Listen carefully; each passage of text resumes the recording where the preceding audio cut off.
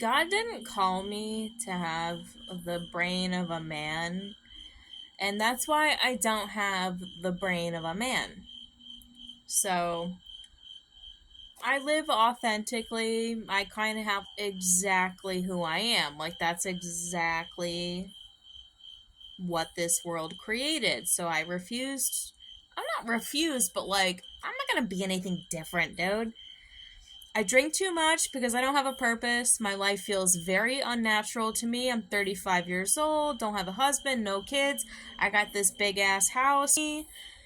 I finally hired cleaners. Finally, I'm gonna like have someone else clean my house. I'm too overwhelmed.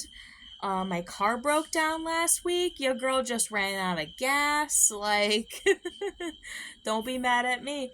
God sends in helpers, and they're like, oh my God, Lauren, $300 mistake. Don't yell at me. Also, don't yell at me. God didn't call me to be a man.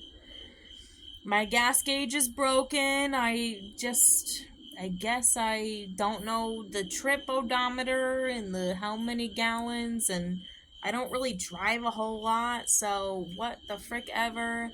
Someone killed my dog. I'm just gonna cry because it's sad. Dude, I'm not gonna yell at the people racing motorcycles in the street. I'm not a dude. I'm not gonna do it.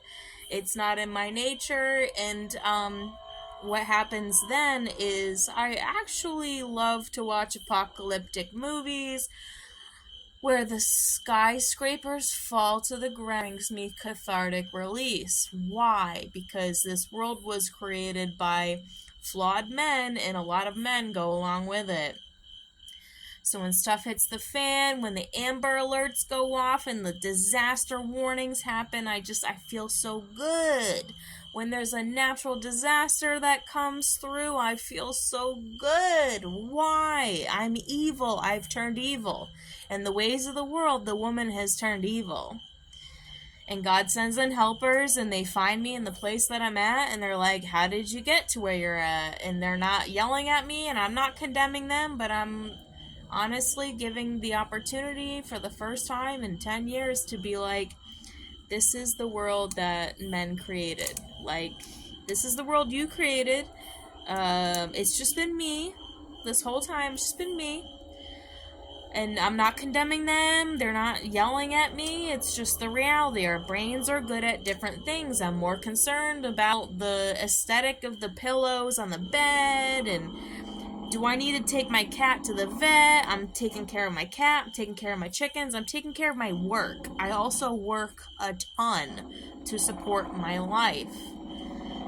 So, dude, I refuse. I'm not, like, why? I'm not gonna live. I'm not gonna, like, give myself some mental illness trying to be both the dude and the female. So I'm gonna be the female. And when stuff happens and it requires mercy from the masculine population, or you find me in some position and you're like, what the hell happened? It's honestly, I'm a woman living in a world that men created, and I will not go along with the ways of the world to let no angry man living in my house, no jealous man living in my house, because honestly, I feel like it takes a lot of helpers.